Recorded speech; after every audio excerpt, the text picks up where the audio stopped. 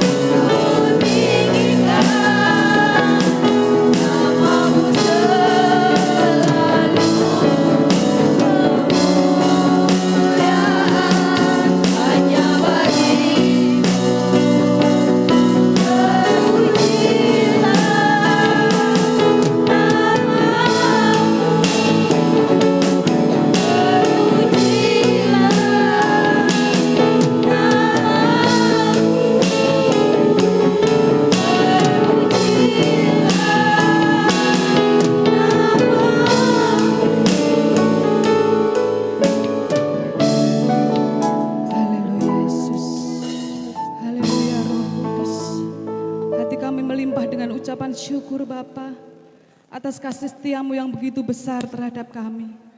Terima kasih Bapa, Tuhan limpahkan kasih setiamu di sepanjang hari ini, sehingga pada malam hari ini kami bisa berkumpul di tempat ini untuk memuji dan memuliakan nama-Mu. Sebelum kami memulai ibadah kami pada malam hari ini Tuhan, terlebih dahulu ampunilah segala dosa dan pelanggaran kami yang kami lakukan, baik yang kami sengaja maupun tidak kami sengaja Bapa. Haleluya Yesus, haleluya Roh Kudus. Biarlah kuasa-Mu saja yang bekerja pada malam hari ini mengurapi setiap hati kami. Tuhan, sebelum kami memulai ibadah pada malam hari ini, Tuhan urapi pelayan-pelayan-Mu pada malam hari ini.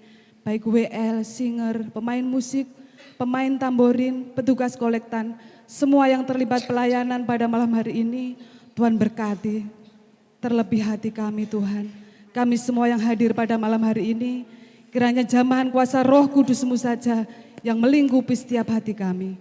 Terima kasih Bapa di dalam surga, bila ada kuasa-kuasa jahat dan roh-roh jahat di udara yang akan berusaha mengganggu ibadah pada malam hari ini, kami patahkan dan kami hancurkan yang di dalam nama Tuhan Yesus Kristus. Biarlah kuasa-Mu saja yang bekerja melingkupi tempat ini. Hanya di dalam nama Tuhan Yesus kami berdoa dan mengucap syukur. Haleluya, amin. Masih tetap bangkit berdiri, saya bacakan ayat firman Tuhan di dalam Amsal 3 ayat 5 dan 6. Percayalah kepada Tuhan dengan segenap hatimu dan janganlah bersandar kepada pengertianmu sendiri. Akuilah Dia dalam segala lakumu, maka Ia akan meluruskan jalanmu. Amin. Amin. Sebelum kita duduk, beri tas kanan kiri. Shalom, selamat malam, shalom. Silakan duduk Bapak Ibu Saudara. Kita lanjutkan dengan satu pujian. Kiri kanan. Kiri kananku ada Tuhan, sekelilingku ada Tuhan, dalam hidupku ada Tuhan, Yesus selalu bersamaku. Lalu memandang Tuhan, ku selalu memuji Dia. Ku percaya kepada Tuhan, ku berpasrah kepadanya. Setiap malam ku ingat Tuhan, karena Tuhan melindungiku. Dengan Dia ku akan depan, menghadapi semua musuh. Kiri kananku ada Tuhan, sekelilingku ada Tuhan, dalam hidupku ada Tuhan, Yesus selalu bersamaku. Jemaat silakan bangkit berdiri. Selalu memandang Tuhan, selalu memuji Dia. Percaya kepada Tuhan, ku berpasrah kepadanya. Siang malam ku ingat Tuhan, Tuhan melindungiku. Dengan Dia ku akan depan, menghadapi semua musuh. Kiri kananku ada Tuhan, sekelilingku ada Tuhan, dalam hidupku ada Tuhan, Yesus selalu bersamamu. Kiri kananku ada Tuhan, sekelilingku ada Tuhan, dalam hidupku ada Tuhan, Yesus selalu bersamamu.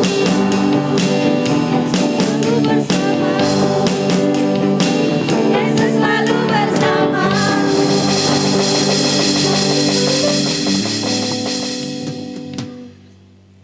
Kita sambung dengan satu pujian, "Oh Giranglah."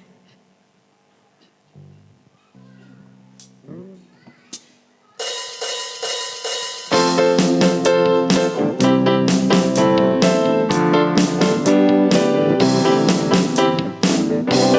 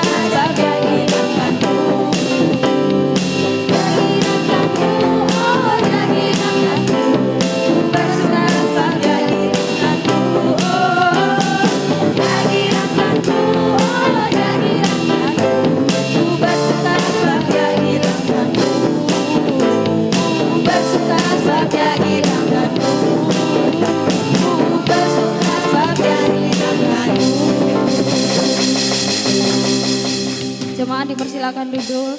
Saya beri ruang untuk yang mau menceritakan cinta kasih Tuhan sepanjang minggu ke belakang. Sambil menunggu kita naikkan satu pujian, segala puji syukur.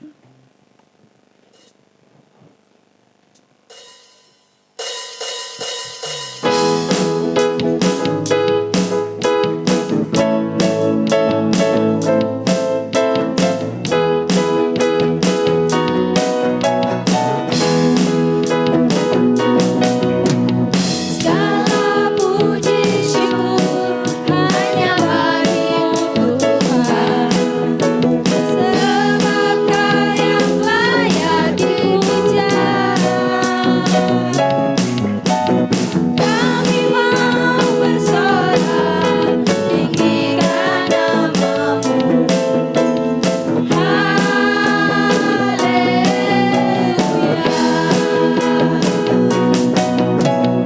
Soraklah haleluya, haleluya.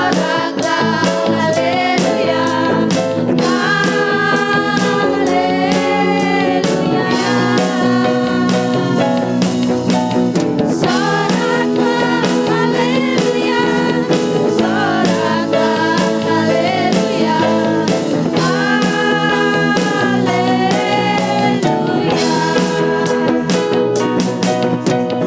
Segala puji syukur hanya bagimu Tuhan, sebab Kau yang layak dipuja.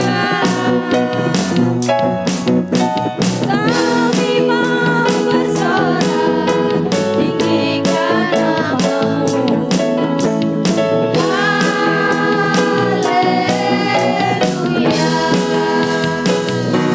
Soraklah haleluya,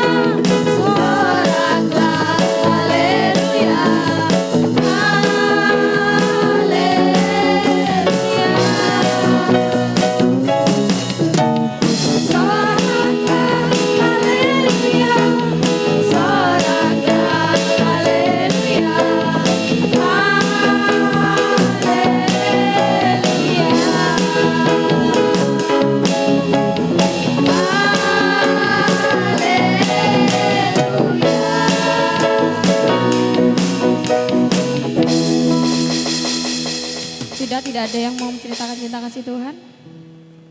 Kalau tidak ada, kita siapkan hati kita untuk menerima firman Tuhan. Mari kita bangkit berdiri.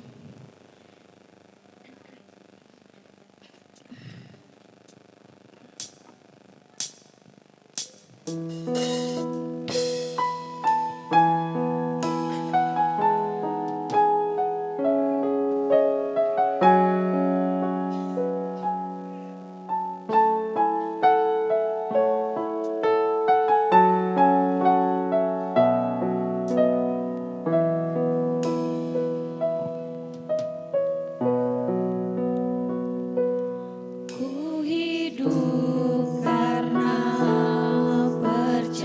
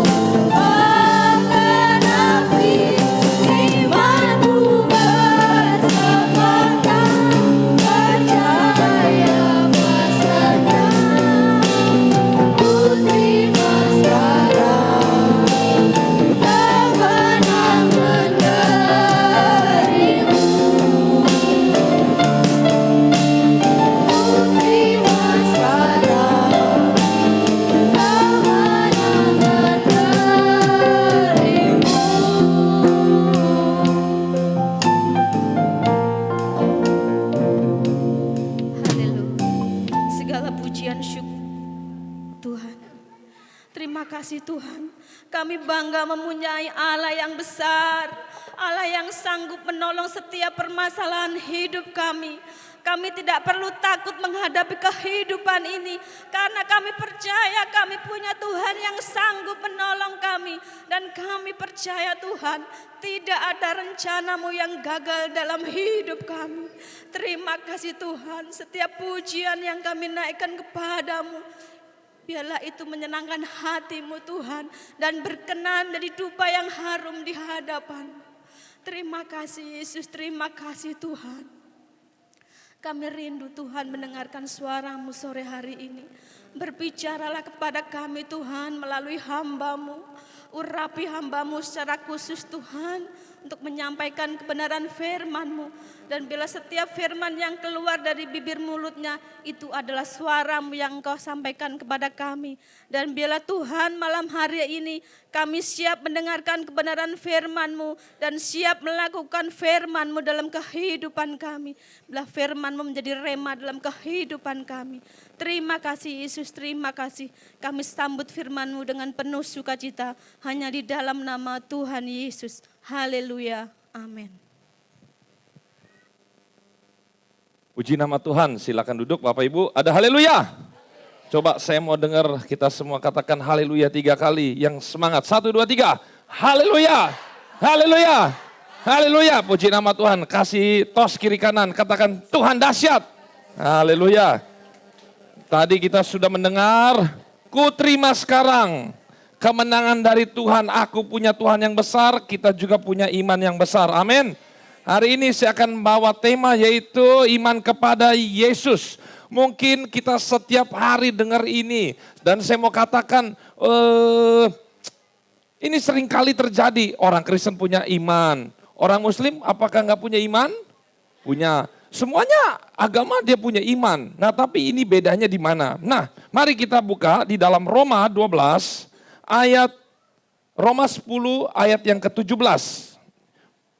Kalau tidak keberatan, kita bangkit berdiri semua, kita baca ayat ini meskipun di depan sudah ada, tapi saya tetap tunggu untuk Bapak Ibu membuka Alkitab Bapak Ibu. Ya. Roma 10 ayat yang ke-17. Yang sudah ketemu katakan haleluya. 1, 2, 3. Jadi iman timbul dari pendengaran. Dan pendengaran oleh firman Kristus. Silakan duduk. Nah, kalau kita lihat di sini ada perbedaan iman kita dengan iman agama lain. Itu sangat berbeda. Dan juga ada mirip tapi tidak sama antara iman. Iman itu kata lainnya apa Bapak Ibu? Percaya. Percaya itu ada kemiripannya. Ya, ada kemiripannya dengan satu hal ini. Yaitu namanya nekat. Nekat. Ya, ini hampir sama tapi berbeda. Sama dalam arti apa? Tindakannya. Kalau iman kan, waduh, ini ada jurang. Tuhan berkata, lompat begitu. Atau lihat kalau di sini lihat, kalau kita lihat contoh-contohnya janda di Sarfat, dia beriman. Berimannya di mana? Dia yang cuman punya segenggam tepung, sedikit minyak, suruh dikasih ke Nabi Elia. Itu seperti bunuh diri. Bayangin Bapak Ibu, hari itu Bapak Ibu habis, malah hari itu Bapak Ibu kasih ke orang lain.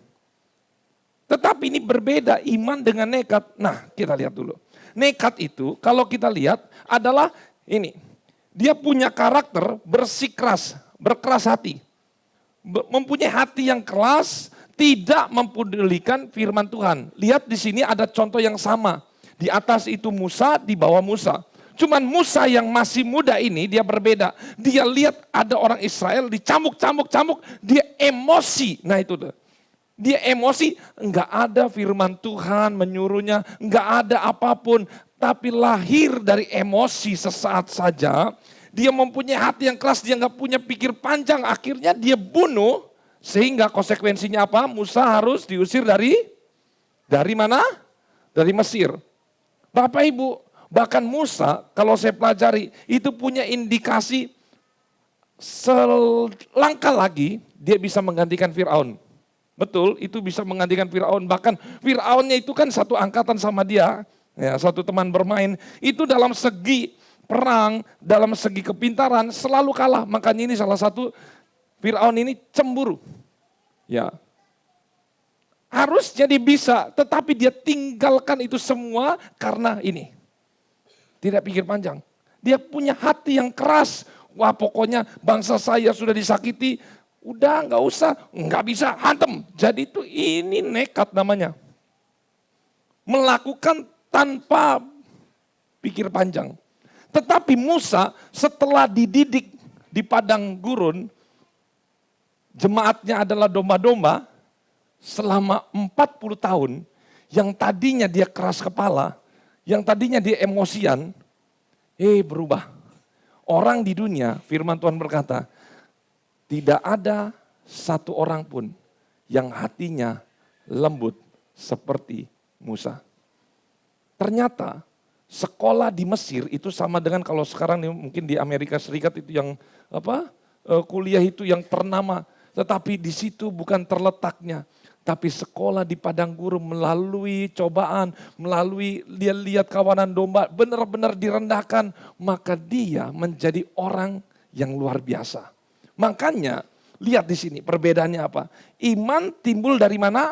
Pendengaran akan kebenaran firman. Lihat waktu dia sedang mengembalakan domba, tiba-tiba dia melihat apa ini? Ada api. Kemudian apinya itu berbicara, Musa, tanggalkan dulu kasutmu, karena di tempat kamu injak itu kudus. Tuh lihat. Dan kemudian ada firman berkata. Jadi bedanya adalah di sini. Pendengaran. Di atas dia tidak ada pendengaran, tidak ada suara apapun dari Allah, tapi dia bertindak. Tapi di bawah dia mendapatkan pendengaran. Makanya di sini iman timbul dari mendengar. Ini penting. Coba katakan kiri kanan, mendengar. Ya, jangan tidur, mendengar. Mendengar ini penting. Hasilnya beda. Kalau Musa mendapatkan instruksi langsung dari Tuhan, maka hasilnya mujizat demi mujizat selalu menyertai Musa. Tapi kalau nekat, hasilnya diusir. Rugi sendiri. Dan ini seringkali terjadi dalam kehidupan sehari-hari. Kita kesel misalnya, jengkel sama rekan kerja kita. Misalnya kita kerja di perusahaan, jengkel, saya pokoknya gak cocok ini apa, segala macam. Udah Pak, sabar aja, nyari kerjaan susah. Tahan-tahan aja, pokoknya gak mau tahu lah. Udah Pak, wah pokoknya dikeras kepala dia. Putus dia kerja. Bulan depan, udah dapat kerjaan Pak? Belum, Om Jerry doakan saya ya. 3 bulan, Pak udah dapat kerjaan? Belum Om Jerry, aduh ini cari kerjaan susah. Lah kemarin saya sudah bilang. Dia berpikir dengan itu nekat atau iman? Nekat. Awas. Kecuali dia dapat tanda-tanda dari Tuhan. Keluarlah dari perusahaanmu. Buatlah dagangan bakso. Mungkin dia dapat sesuatu tanda dari Tuhan. Tapi ini nggak ada apa-apa, lahirnya aja beda, lahirnya beda. Lahirnya kalau keras kepala ini nekat itu dari mana? Dari kebencian. Terus lagi, nekat itu, nah ini berkeras hati ya, menjadi fokusnya adalah dirinya sendiri. Biasanya orang yang nekat itu selalu mengasihani diri sendiri, fokusnya nih kepada saya. Pokoknya saya harus, pokoknya saya. Dalam apapun, pokoknya saya nggak mau dirugikan. Selalu yang menjadi pusat hidupnya saya. Tapi kalau iman, dengarkan baik-baik.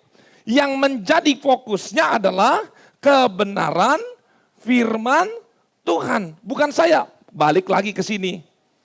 Tuh lihat, iman timbul dari pendengaran. Pendengaran oleh siapa? Firman Kristus. Jadi betul. Iman itu ini, ya, fokus ya. Iman itu, ini perbedaannya. Nekat itu berkeras hati, tetapi kalau iman, dia justru kebalikan. Dia justru bisa membuka diri. Ya, dia terbuka. Karena yang menjadi pusatnya adalah firman Tuhan. Tapi kalau nekat, yang menjadi pusatnya adalah diri sendiri. Tetapi kalau iman, yang menjadi fokus kebenarannya adalah firman Tuhan. Nih saya kasih contoh. Di atas, berpusatnya kepada diri sendiri. Ini siapa? Raja siapa? Raja Saul. Samuel berkata, Saul, tunggu saya mempersembahkan korban, baru kamu berperang. Sehari nggak datang, 2 hari udah nggak datang. Itu prajuritnya sudah marah-marah, sudah gelisah. Mereka sudah mau pada kabur. Terus kemudian udah mau pada memberontak. Pikir Raja Saul, waduh, daripada saya kehilangan prajurit, daripada saya kehilangan malu, saya kan raja, kenapa saya nggak harus menyerang aja? Udah kalau misalnya korban, jangan-jangan Samuel mati, lebih baik karena dia udah tua kan Samuel, lebih baik saja yang persembahkan korban. Sehabis dia mempersembahkan korban, Samuel datang. Samuel datang, bodoh kamu melakukan hal seperti itu. Mempersembahkan korban bagus nggak Bapak Ibu? Bagus ya. Tapi di mata Tuhan menjadi salah. Karena itu nekat. Karena Saul tidak mau kehilangan muka. Fokusnya kepada dirinya sendiri. Saya tidak boleh jatuh di mata masyarakat, di mata prajurit saya. Tetapi lihat, berbeda dengan yang di bawah. Tadi saya cerita siapa? Tentang Elia dan janda Sarfat. Lihat di sini.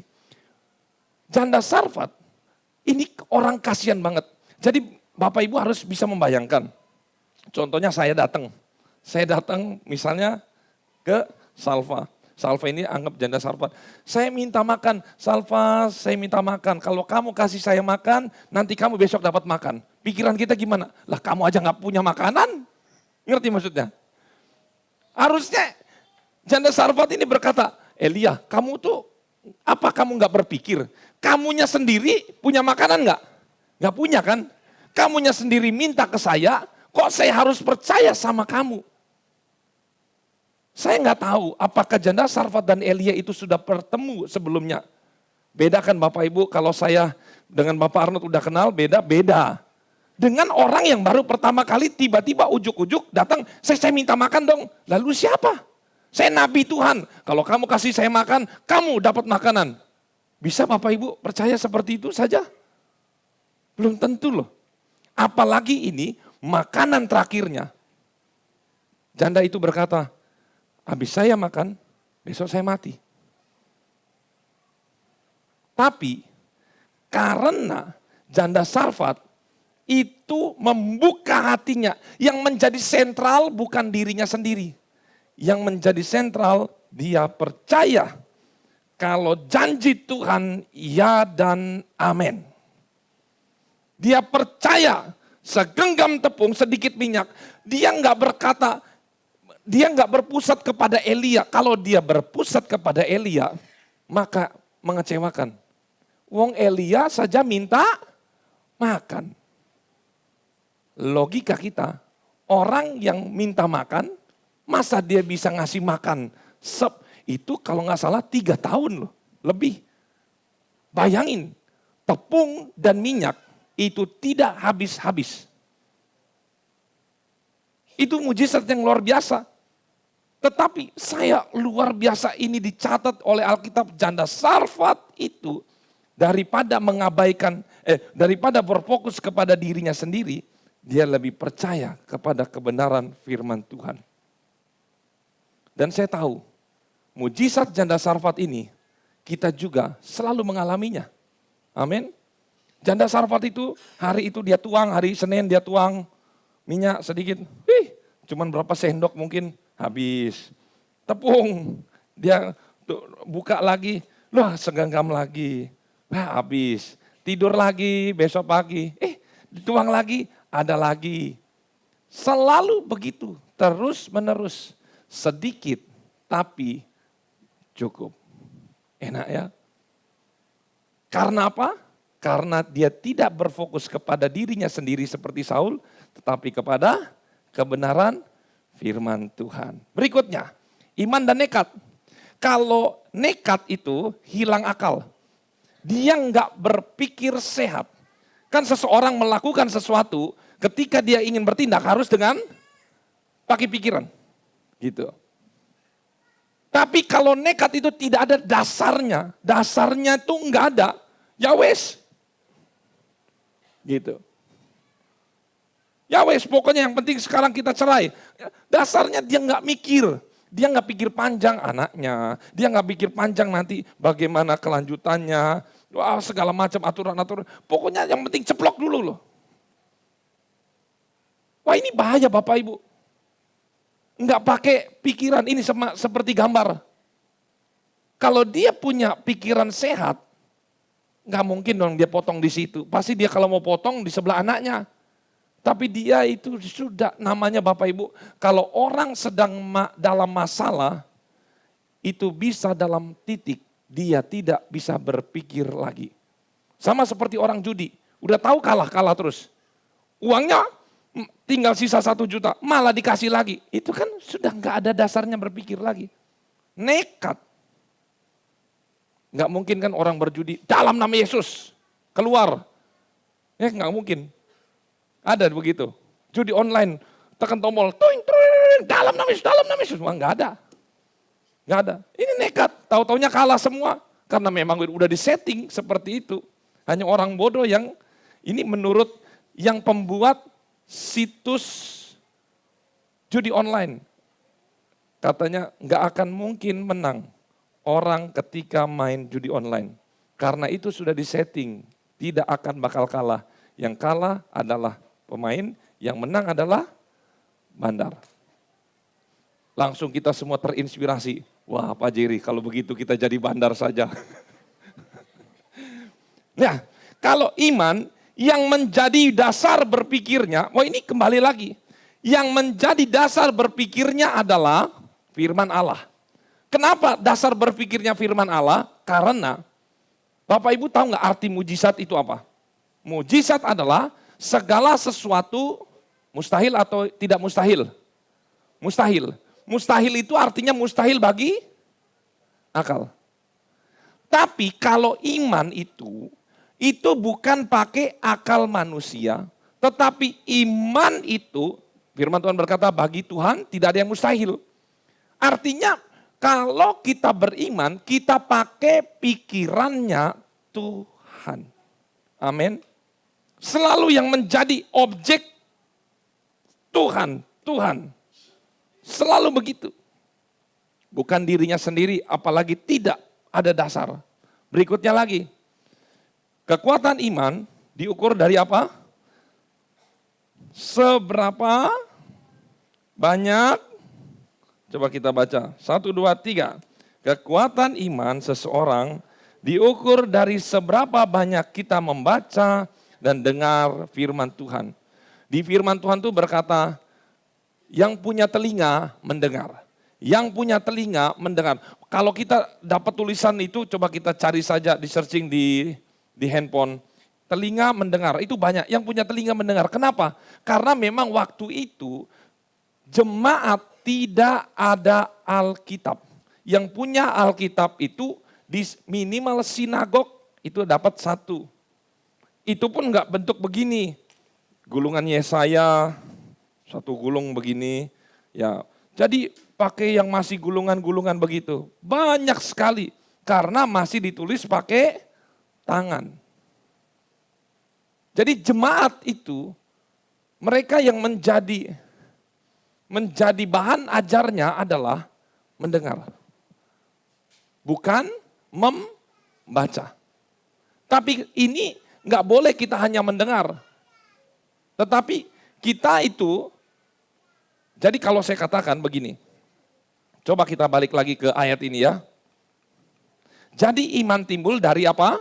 Pendengaran. Pendengaran oleh firman Kristus. Tapi untuk kekinian, ini bisa juga kita terapin. Bukan hanya dari mendengar, tetapi karena kita sudah bisa membaca, firman timbul dari apa? Membaca apa? Membaca dari firman Tuhan. Makanya semakin kita dengar firman Tuhan, semakin iman tumbuh. Semakin kita baca firman Tuhan, semakin iman kita tumbuh. Tidak pernah baca firman Tuhan, maka tidak ada iman.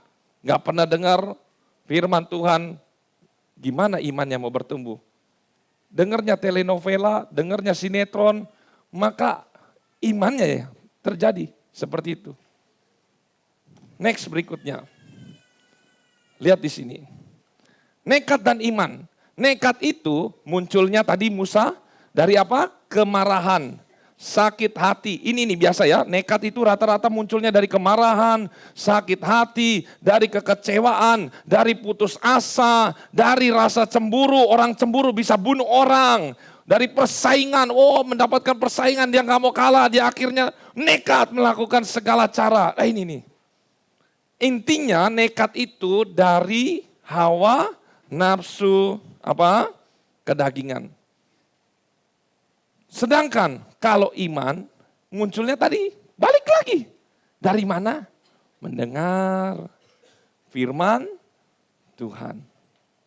Makanya berbahagialah orang yang sering mendengar firman Tuhan. Karena dari situlah timbul iman. Berbahagialah orang yang suka membaca Taurat Tuhan. Maka dari situlah akan muncul iman.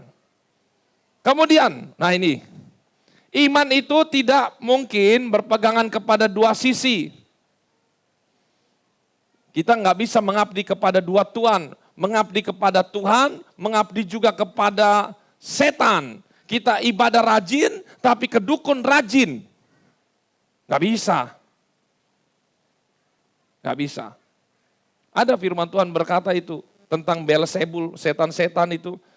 Mereka berkata memfitnah Yesus. Jangan-jangan kamu Yesus itu apa kerasukan setan. Yesus berkata, lah kalau saya kerasukan setan, saya mengusir setan lagi gimana? Masa setan mengusir setan? Gitu. Kalau setan mengusir setan, kerajaan akan hancur. Bayangin loh. Gak bisa mengabdi. Kalau kerajaan akan hancur, apa yang terjadi kalau manusia ikut dua tuan? Yesus iya, ikut dukun iya. Hancur ini. Ingat, hancur. Jangan pilih dua-duanya. Ya om, kalau pilih dua-duanya kan biar lebih sakti om. Berdoanya biar lebih manjur. Doanya pasti bakal dapatnya lebih cepat. Nggak bisa Bapak Ibu. Hancur. Maka yang akan keluar duluan adalah Tuhan. Dia akan pergi dulu. Karena dia nggak bisa bercampur dengan dosa. Iman yang pertama. Pasti turun dari atas. Dari atas maksudnya dari mana? Dari Allah. Firman. Pertama. Yang menjadi hidup. Ini dia. Kalau kita baca firman, firman itu akan menjadi hidup.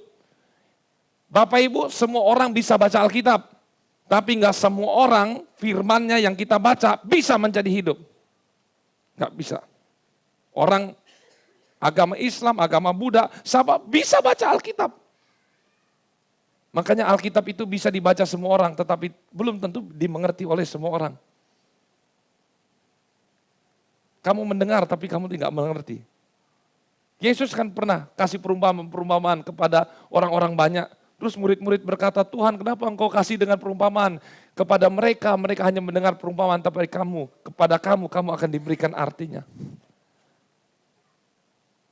Yang kedua, berdoa memuji Tuhan.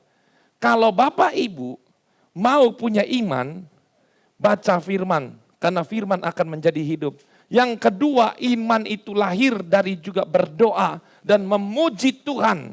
Gak mungkin Bapak Ibu lagi sumpah serapah, lagi bersungut-sungut ngomongin iman itu turun, gak akan mungkin. Pasti yang muncul nekat.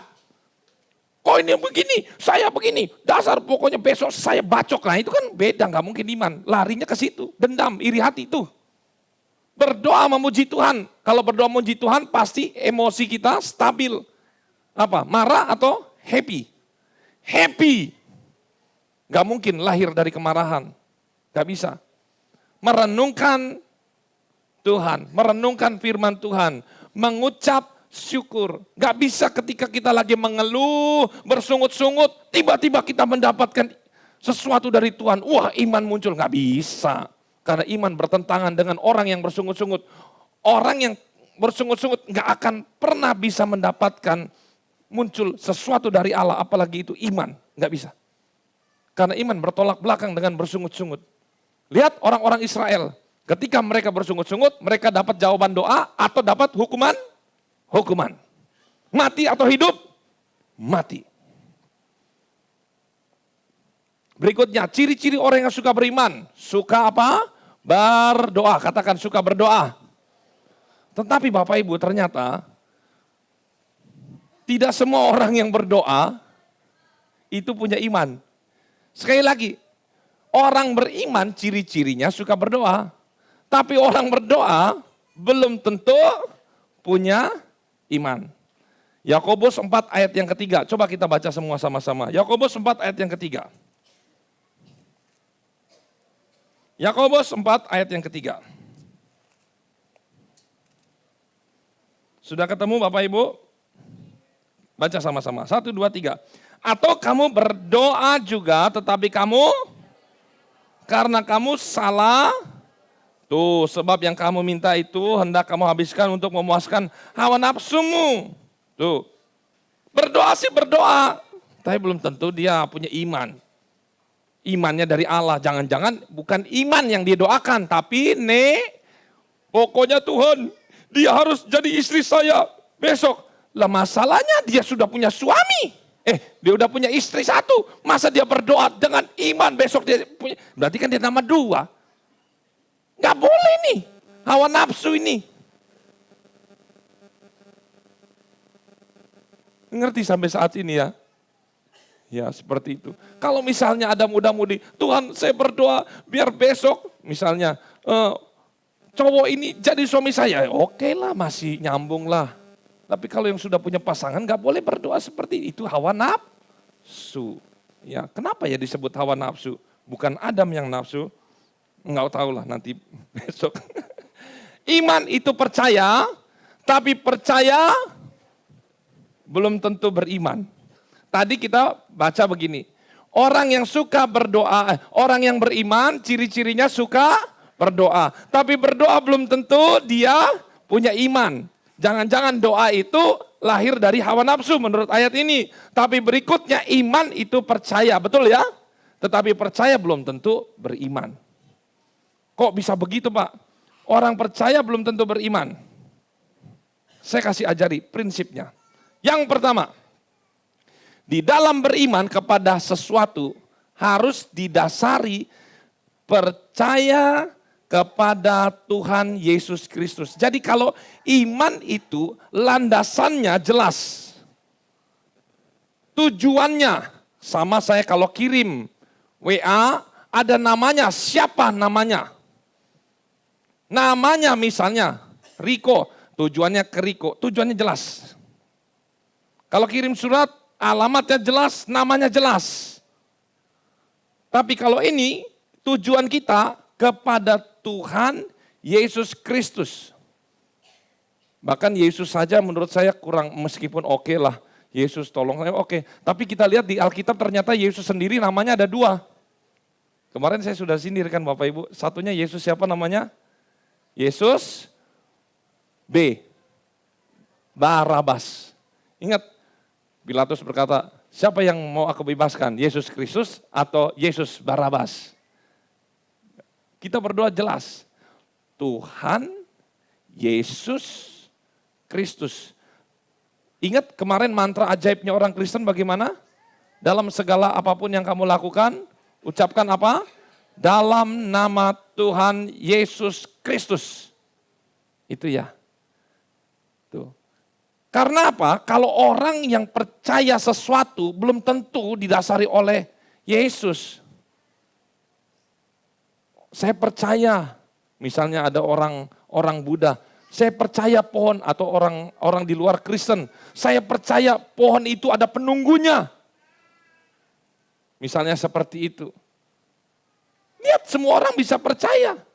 Atau semua orang, misalnya tetangga kita, dia juga punya iman. Tapi imannya, tujuannya itu beda. Beda alam, beda Tuhan. Oleh karena itu, bukan hanya percaya, Tetapi percayanya kepada siapa? Saya percaya kepada engkau. Makanya saya paling suka kalau lagu-lagu rohani itu ada kalau enggak Allah atau enggak Tuhan Yesus itu bagus tuh. Tapi kan ada lagu-lagu yang dari awal sampai akhir enggak ada ininya, enggak ada Yesusnya, enggak ada, Tuhan yang enggak ada. Itu memang sih untuk penginjilan samar-samar begitu. Tapi kurang ngena gitu loh. Kira-kira kalau Bapak Ibu ketakutan, pernah lagi takut gitu di rumah sendiri atau ke toilet sendiri habis apa? Nyanyinya bagaimana? Oh kan jelas tuh, dalam nama Yesus itu kan keluar tuh spontan tuh. Iya kan? Nggak mungkin nyanyinya zaman-zaman sekarang yang apa namanya?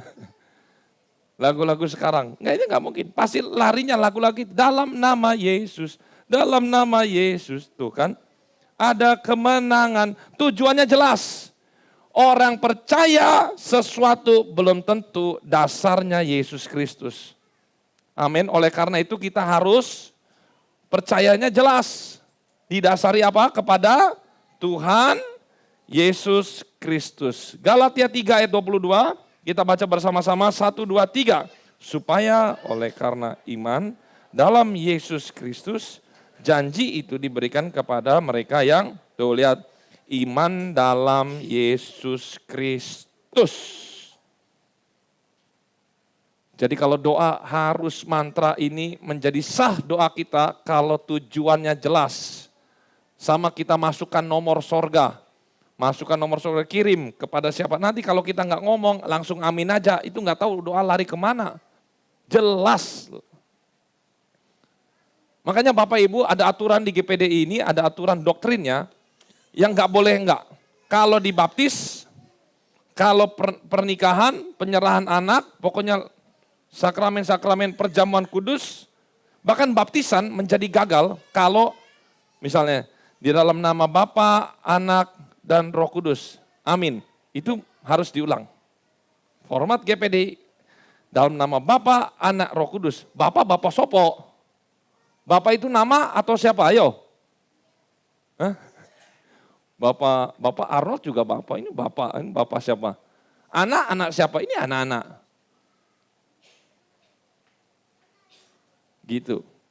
Makanya Bapa, Anak, Roh Kudus yaitu Tuhan Yesus Kristus. Karena Bapa itu perwakilannya dari Bapa itu siapa? Tuhan. Anak itu siapa? Yesus. Roh Kudus itu apa? Artinya yang diurapi. Urapi. Itu. Kristus itu diurapi. Kristus diurapi. Roh Kudus. Bapa, Anak, Roh Kudus yaitu Tuhan Yesus Kristus. Sah itu. Ayo, siapa yang mau mau dibaptis? Nah, itu bisa. Harus formatnya itu. Kalau Bapak Ibu, aduh saya kemarin dibaptis dalam apa ya? Wah, ya udahlah, iman aja lah ya, udah dibaptis kalau lupa. Terus macam-macam iman. Yang pertama macam-macam iman, ini ada 3 macam iman, jadi jangan salah. Saya beriman, iman apa?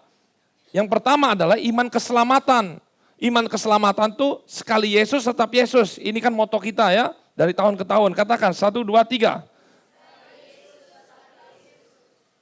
Yohanes 3 ayat 16 kan, barang siapa yang percaya tidak akan binasa melainkan memperoleh hidup.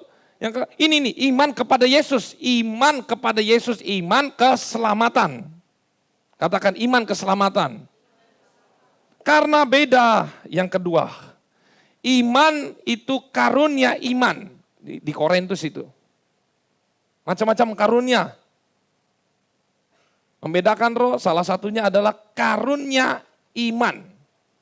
Karunia iman itu bisa datang syaratnya yang ada orang-orang yang sudah penuh dengan Roh Kudus. Jadi tahapannya itu ketika kita percaya, kemudian dibaptis, ya bertobat percaya dibaptis, kemudian apa? Kita penuh Roh Kudus, baru penuh Roh Kudus. Nah ini muncul karunia iman, buah roh apa segala macam itu baru muncul. Karunia iman ini beda dengan sama imannya sama. Iman, yang iman tadi ini adalah iman keselamatan. Yang ini imannya adalah iman jenisnya karunia. Tuh ya, karunia. Dan apa ini bedanya dengan iman yang biasa kita pakai sehari-hari? Karunia iman ini, ingat, dipakai untuk sendiri atau jemaat. Yang mana? Yang mana? Jemaat. Semua karunia-karunia itu dipergunakan untuk membangun jemaat. Misalnya ada orang sakit sini, kemudian ada tim doa, Tuhan kasih karunia iman. Dia bisa sembuhkan dalam nama Yesus. Tapi ini nggak bisa berlaku karena pernah saya dengar, udah lama banget sebelum saya nikah, dia ada seorang kayak komsel begitu, ketuanya berkata, kamu dek, kamu ditakdirkan berpasangan dengan saya. Ini nggak bisa karunia iman, karena untuk diri sendiri, kamu jodohnya saya dek. Lah, ini datang dari Tuhan, itu bohong. Karunia iman nggak mungkin mementingkan diri saya sendiri. Nggak boleh. Harus prinsipnya untuk kebutuhan jemaat. Awas hati-hati. Kebutuhan jemaat. Berikutnya, yang terakhir. Iman untuk memperoleh sesuatu. Ini yang biasa kita seringkali doakan sehari-hari. Bapak Ibu lihat ini, apa? Bukan janda Sarfat ini, siapa namanya? Yang pendarahan, perempuan pendarahan 12 tahun. Ini iman dari diri sendiri. Bagaimana dia punya iman? Asal aku jamah jumanya, aku pasti sembuh. Bahkan ada terjemahan aku jamah ujung jumbai. Jadi ternyata Yesus itu kan rabi. Nah rabi itu dengan pakaian, jadi begini, oh itu pakaiannya rabi. Jadi ketahuan dari mana ini. Biasanya dia biru-biru, kemudian ada ini loh. Nah begitu. Pegang itunya, serok, sembuh. Itu. Ini iman untuk memperoleh sesuatu. Jadi ada 3 macam iman. Iman keselamatan, karunia iman, dan 3, iman untuk memperoleh sesuatu. Iman memperoleh sesuatu, ini yang pertama adalah iman dari diri sendiri. Firman Tuhan berkata, kalau kamu punya iman sebesar biji nangka, sawi, maka kamu dapat memindahkan gunung. Imannya dari mana? Diri sendiri. Betul ya? Nah, tapi yang kedua, macam-macam iman, lihat ini siapa? Perwira. Ini perwira nih, aduh, ini sekarang jenderal ya. Wah, jabatannya udah tinggi banget. Tapi dia mau bersujud di depan Yesus karena hambanya. Jadi perwira itu hambanya itu bawahannya yang paling rendah jabatannya sakit. Saya mau tanya, hambanya punya iman apa enggak? Ya enggak tahu, orang lagi sakit. Terus yang di sebelah, Siro Venesia, itu perempuan. Ingat enggak ciri khasnya apa Siro Venesia? Yesus berkata, apakah pantas aku memberikan ya anjing kepada roti, begitu? Atau kebalik? Roti kepada anjing. Tuh lihat ya. Ini salah satu ujiannya. Pertanyaan, apakah anaknya punya iman? Ya enggak, wong lagi sakit. Hambanya enggak punya iman, anaknya enggak punya iman. Tapi yang punya iman, yang kalau sini siapa? Tuannya. Kalau yang sebelah, siapa yang punya iman? Ibunya. Jadi iman macam-macamnya ini dibagi. Pertama iman diri sendiri. Yang kedua iman itu bisa diwakili. Bisa diwakili. Bisa diwakili. Makanya Bapak Ibu punya banyak kesempatan. Mungkin suami kita, istri kita, anak kita, saudara kita. Mereka tidak punya iman kepada Yesus. Tapi kita bisa mewakili. Itulah yang disebut seringkali doa syafaat. Kita berdoa syafaat untuk bangsa dan negara mereka yang belum kenal, kita yang berdoa. Ingat waktu siapa tuh? Abraham dengan siapa itu? Ponakannya? Lot. Tuh lihat. Abraham berdoa berkali dari 50, 45, 40, 30 sampai berapa? 10. Dia berdoa terus, berdoa terus, berdoa terus. Tuh lihat, berdoa terus, diwakili. Ini dia. Ya, jadi kita bisa mewakili. Kemudian, oh ini ya. Ini ayatnya ya, waktu perwira. Tuhan, janganlah bersusah-susah, sebab aku tidak layak menerima Tuhan di dalam rumahku. Ya, tapi katakan saja sepatah kata ini, maka hambaku itu akan sembuh. Yesus berkata, iman sebesar ini tidak pernah aku jumpai. Kemarin kan kita udah pernah lihat ya, macam-macam jenis iman, iman besar, kecil, ya segala macam. Ini beda lagi. Berikutnya yang ketiga. Yang pertama iman diri sendiri, kedua iman yang diwakili, yang ketiga ini meminjam iman Yesus. Saya ambil konsep ini kenapa? Karena kita coba lihat ayatnya. Nah ini. Dan seringkali roh itu menyeretnya dalam api ataupun ke dalam air untuk membinasakannya. Tuh. Sebab itu, jika engkau dapat sesuatu, berbuat sesuatu, tolonglah kami. Kasihanilah kami. Yesus ini marah nih. Kamu ngejek saya ya. Katamu, jika engkau bisa, jika engkau dapat. Yesus ngomong tidak ada yang mustahil bagi orang percaya. Terus orang ini berkata apa? Tolonglah aku yang tidak percaya. Tuhan saya nggak punya iman, saya nggak percaya. Waduh tolonglah saya Tuhan. Tolong pinjami saya iman. Saya nggak punya iman hari ini, saya lagi benar-benar lemah, depresi. Ini ada lagi nih. Ceritanya ini paling menarik Bapak Ibu. Maria dan Marta imannya udah top, levelnya udah tinggi. Bahkan Maria kalau Yesus khotbah mengajar selalu duduk dekat kaki Yesus. Wes nggak ada yang sehebat mereka. Tapi orang sehebat apapun imannya, kalau dapat masalah, apalagi masalah terbesar adalah masalah bukan krisis ekonomi, mati. Katakan mati. Kehilangan orang yang dicintai itu masalah terbesar. Uang bisa dicari, nyawa bisa? Nggak bisa. Perhatikan ini. Tuhan, ini Marta ya, sekiranya engkau, kalau dari cerita ini, Maria kan waktu sebelumnya kan Maria kan duduk kaki Yesus, Marta yang kerja kan. Di kisah ini, iman Marta justru lebih bagus daripada Maria. Lihat, Maria nyamperin Yesus enggak? Enggak, dia tuh udah lemes lah. Ini Marta dulu yang lari nih. Tuhan sekiranya engkau ada di sini, saudaraku pasti tidak mati. Yesus berkata, ini negatif ya, kalau merah, kuning negatif. Biru, hijau ini apa, Tosca atau apa ini, pokoknya begitu, ini positif. Lalu kata Yesus kepada Marta, saudaramu akan bangkit. Ini tuh, ini. Gak punya iman, Yesus katakan, bangkit, saudara kamu bangkit. Aku tahu bahwa ia akan bangkit pada waktu orang bangkit pada akhir zaman. Ia tahu. Tapi maksud Yesus sekarang, dia nanti. Tuh kan beda kan? Negatif dijawab positif. Positif dijawab negatif.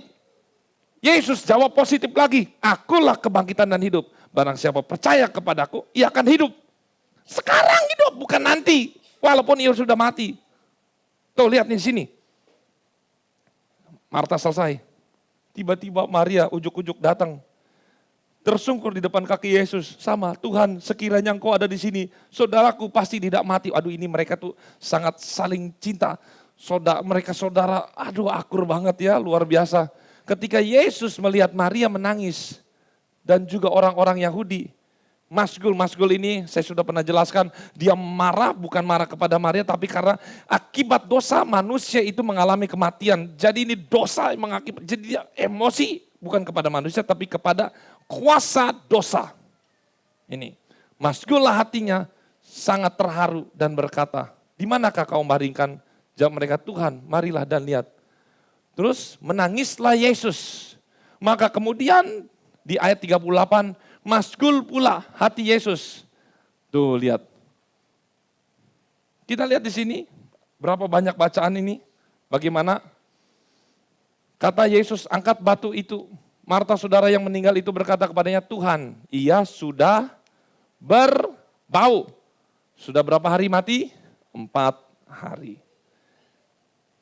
bukankah sudah kukatakan kepadamu, jikalau engkau percaya, engkau akan melihat kemuliaan Tuhan.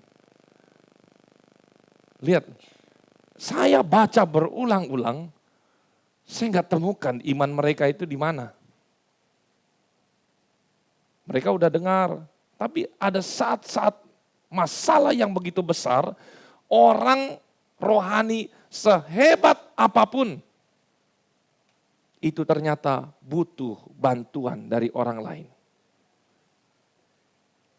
Saya teringat begini, waktu papa saya kena COVID, itu hampir lewat. Dia sudah sampai sakit yang bagaimana, saya menyerah. Loh, dia udah menyerah, udah serahkan kepada Tuhan. Kita semua di situ disupport, di situ saya baru lihat. Papa saya itu tipe orang yang powerful. Kalau saya gambarkan seperti hewan itu, singa kalau mengaum, wow itu luar biasa. Tapi saya lihat kok sudah langsung kecil di situ. Jadi di situ saya berpikir, semua orang itu butuh bantuan. Ada saatnya orang-orang yang tinggi imannya, tinggi segala-galanya, hebat di dalam Tuhan, itu jatuh. Sama seperti Daud, hebat segala-galanya jatuh. Disitulah dia butuh pertolongan, makanya lebih baik berdua daripada sendiri. Berdua lebih baik, saling mendukung. Jadi misalnya Bapak Ibu, mungkin ada suami istri berkata, biasanya kamu yang rajin, kok ini malas, itu lagi turun. Butuh support. Sesama. Makanya jangan menjauhi pertemuan-pertemuan ibadah. Karena salah satunya ketika kita berkumpul di tempat ini, kita lihat kok ada yang susah ya muka. Kenapa? Saling menguatkan. Karena tidak ada orang yang hebat di muka bumi ini. Kenapa saya bilang? Yesus sebagai manusia, dia berdoa, menangis. Keringatnya sama seperti darah. Tuhan, kalau bisa lalu. Apa Yesus pernah ketakutan? Pernah ketakutan? Dicatat pernah? Pernah. Siapa yang menguatkan? Apa dia kuat sendiri? Tidak. Dikuatkan oleh siapa? Malaikat menguatkan Yesus. Kamu bisa.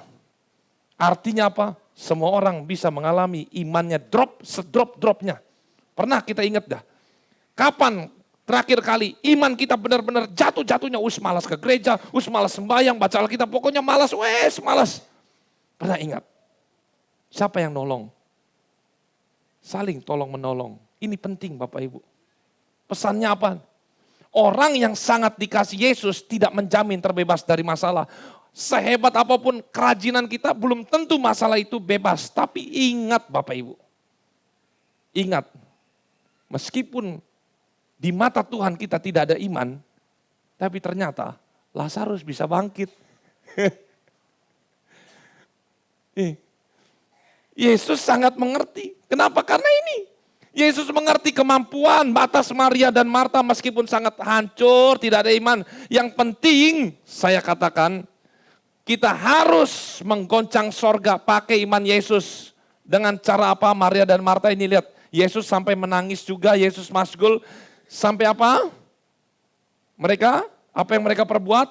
Menangis. Nangis. Wah Tuhan, saya udah gak tahu lah cara saya berharap. Bahkan Abraham yang dikatakan bapak orang percaya aja, meleset dia jatuh. Kapan Abraham meleset dia jatuh? Waktu istrinya katakan, kamu gak bisa anak, gak ada anak. Udah itu hamba saya aja. Jatuh dia di situ. Bapak orang beriman pernah juga mengalami dilema itu. Tapi Tuhan baik. Mungkin kita sering kali jatuh, tapi saya mau katakan, berapa kali pun kita jatuh, jangan lupa bangkit. Karena kita punya Tuhan yang besar. Amin. Ini menangis, pokoknya Bapak Ibu kalau lagi benar-benar galau, udah nggak tahu Tuhan saya ada iman apa enggak. Menangis kayak Marta sama Maria. Sampai Yesus terjadi yang namanya di sorga. Yesus menjadi masgul. Kalau Yesus sudah menangis, air matanya dari sorga, akan terjadi mujizat kalau sudah sampai turun dalam hatimu. Makanya ini berseru sampai Yesus melirik kita. Bartolomeus, semakin Yesus cuek jauh, semakin dia berkata, Yesus anak Daud. Diam. Bodoh amat, Yesus anak Daud. Semakin Yesus menghindar, semakin dia keras. Semakin ditekan, semakin dia keras. Sampai doanya dijawab. Jangan pernah bosan berhenti. Karena kadangkala Yesus suka ngeprank, itu bahasa saya. Lihat, Marta dan Maria, Yesus sudah tahu, waktu Lazarus belum mati, sudah tahu Yesus kabarnya? Sudah. Tapi Yesus, di sana dikatakan, sengaja tinggal berlama-lama. Untuk apa? Supaya kemuliaan Tuhan dinyatakan.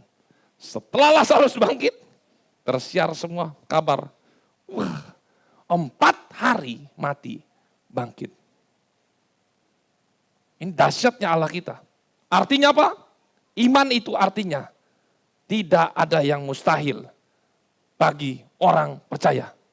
Dasarnya harus firman Tuhan. Amin. Kita punya pergumulan, awas jangan sampai kita nekat. Baca firman Tuhan, dengar firman Tuhan, berdoa terus menerus sampai Tuhan jawab tepat pada waktunya. Kita masuk dalam penyembahan. Ku hidup karena percaya.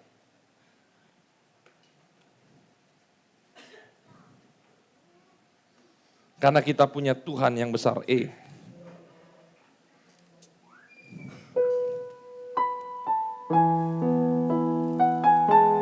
Serahkanlah semua masalahmu di dalam Tuhan. Karena meskipun engkau sama seperti Marta dan Maria, 4 hari sudah terlewat, sudah membusuk, tetap tidak ada yang mustahil bagi orang percaya. Ku hidup karena percaya, Kau yang berjanji setia, pengharapanku selalu ada di dalam-Mu. Mari kita semua bangkit diri. Ku tidak akan menyerah meski dalam kesesakan.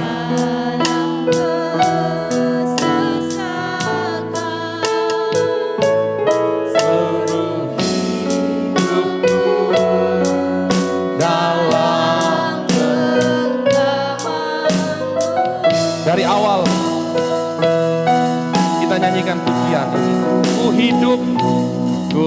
hidup karena bangkitkan iman.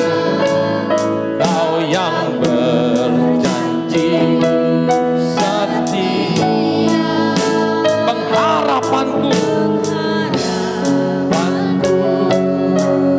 selalu ada di dalam-Mu. Kami tidak akan menyerah, Tuhan.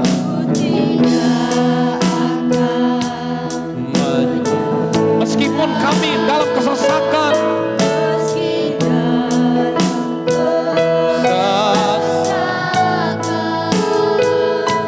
seluruh hidupku dalam genggaman. Yang percaya kita punya Tuhan yang besar, angkat tanganmu, serahkan semuanya kepada Tuhan. Aku punya Tuhan yang besar, yang berjanji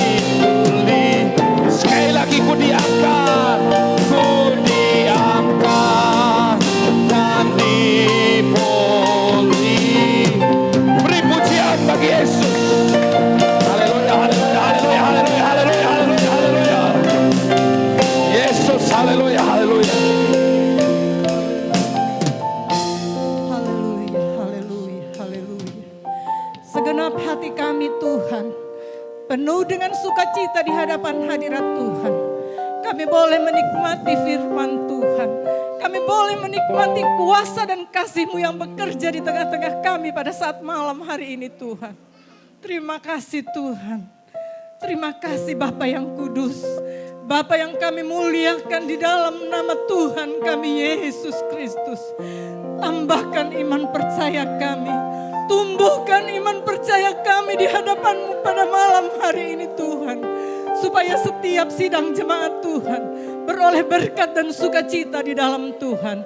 Yang sakit Tuhan sembuhkan, yang lemah Tuhan kuatkan, dan yang penuh dengan kekurangan Tuhan akan berkati di tengah-tengah kehidupan mereka. Kami percaya Tuhan bahwa pada saat malam hari ini kuasa Roh Kudus-Mu bekerja di tengah-tengah kami. Firman yang sudah disampaikan oleh hamba-Mu, firman itu boleh berdiam di dalam hati dan pikiran kami. Boleh bertumbuh dan berbuah di dalam nama Tuhan kami Yesus Kristus. Terima kasih Tuhan. Terima kasih Bapa yang terkasih. Pada malam hari ini Tuhan, Tuhan tahu setiap keberadaan sidang jemaat Tuhan. Apapun yang terjadi, kami tetap berkata dan beriman bahwa Tuhan Yesus itu baik di dalam kehidupan kami. Terima kasih Tuhan. Terima kasih Bapa yang kudus. Berkati hamba-Mu yang sudah menyampaikan kebenaran firman Tuhan pada malam hari ini. Baik di tengah-tengah kehidupan keluarga dan rumah tangganya. Bahkan juga di tengah-tengah sidang jemaatnya. Supaya sidang jemaat ini boleh bertumbuh di dalam Tuhan. Dan damai sejahtera sukacita Allah izinkan terjadi di tempat ini. Terima kasih Bapa yang baik. Terima kasih Tuhan Yesus. Dengan penuh sukacita kami mengucap syukur kepada Tuhan. Dan terutama adalah kami memuliakan Tuhan di tengah-tengah kehidupan kami. Terima kasih Bapa yang kudus. Terima kasih Tuhan Yesus Kristus. Dan kami peralaskan doa kami hanya di dalam nama Tuhan Yesus Kristus. Sebagai Tuhan dan Juru Selamat kami. Haleluya. Amin. Kita akan memberikan korban persembahan satu kali dan yang korban kedua ini untuk apa? Diakonia. Yang kedua untuk diakonia di depan. Aku punya Tuhan yang besar, ya tak